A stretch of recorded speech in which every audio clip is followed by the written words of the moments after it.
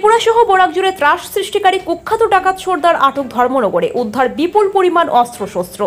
গত প্রায় এক যুগ ধরে ত্রিপুরা সহ বরাক উপত্যকায় ত্রাস সৃষ্টি করে দলবল নিয়ে ডাকাতি কাণ্ড সংগঠিত করে আসা কুখ্যাত ডাকাত সর্দার 33 বছরের নাজিম উদ্দিন অবশেষে ধরা পড়ল ত্রিপুরা ধর্মনগর পুলিশের হাতে। তার বিরুদ্ধে ত্রিপুরা সহ আসামের বিভিন্ন থানায় একাধিক অপরাধজনিত মামলা রুজু থাকার খবর পাওয়া গেছে। বর্তমানে তাকে রিমান্ডে নিয়ে জেরা চালিয়ে যাচ্ছে পুলিশ।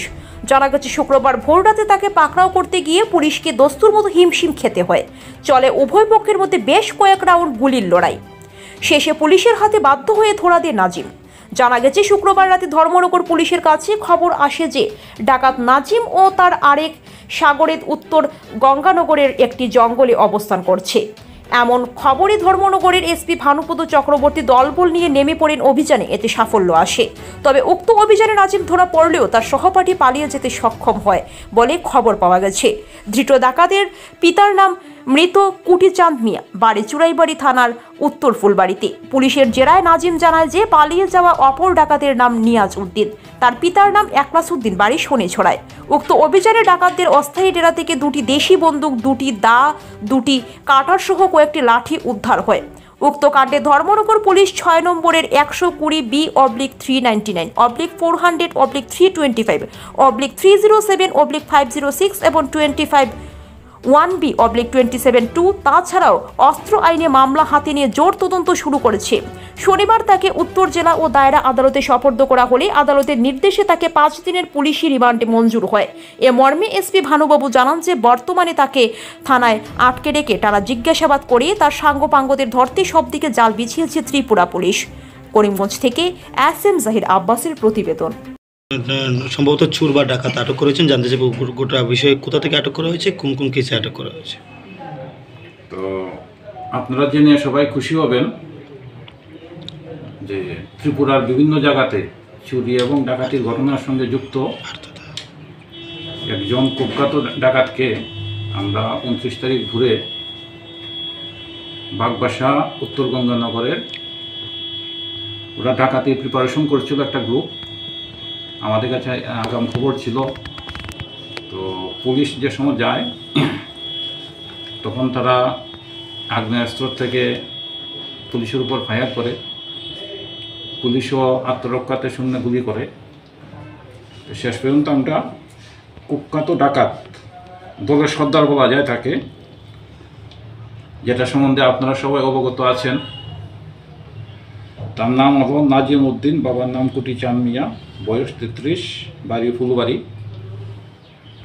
তাকে আমরা হাতিয়ার সহকারে এবং ডাকাতির যে প্রিপারেশন করেছিল সেই প্রিপারেশনে আপনারা সামনে দেখেছেন যা যা ছিল, দা, বন্দুক এবং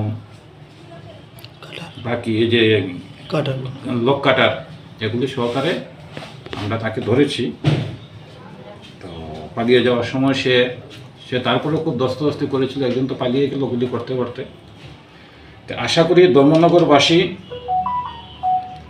একটু শান্তি পাবে, কারণ বিভিন্ন জায়গাতে ধর্মনগরবাসী রাত্রেবেলা জেগে জেগে পাহারা দিচ্ছিল এবং গত দিনও যেই বাড়িতে ও ডাকাতির পরিকল্পনা নিয়েছিল, আমি বাড়ির মালিকের সঙ্গে কথাবার্তা বলেছি।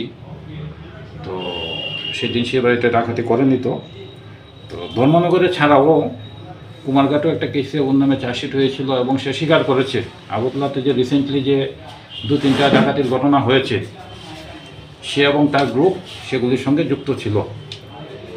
এবং আমাদের কাছে আরও কিছু এভিডেন্স আছে যে ধর্মনগরে যে চুরি ডাকাতির ঘটনাগুলি যেগুলি হয়েছিল এগুলিতে আমাদের কাছে একটা ডাইরেক্ট এভিডেন্স আছে যে ও করেছে এবং ও স্বীকারও করেছে।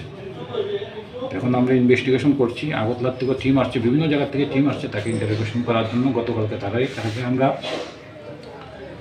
ধর্মনগর যে কোর্টে প্রডিউস করেছিলাম, মাননীয় আদালত তাকে 5 দিনের পুলিশ রিমান্ড দিয়েছে। আর ও এবং তার গ্রুপের এগেনস্টে একটা মামলা হয়েছে। মামলা সেকশন হলো 120B/399, 400-353-506 IPC এবং 25(1B)/27(2) আর্মস অ্যাক্ট।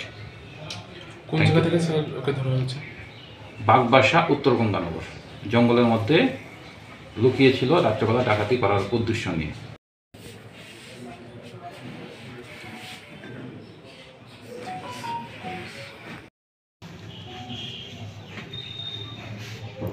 আন্দা নিয়ে আসো, আরো দূরে দূরে নিয়ে আসো।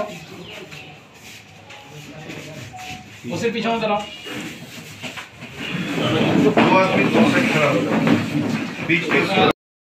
আচ্ছা, আরো একটা ওই আরো খবর পিছনে দাঁড়াও।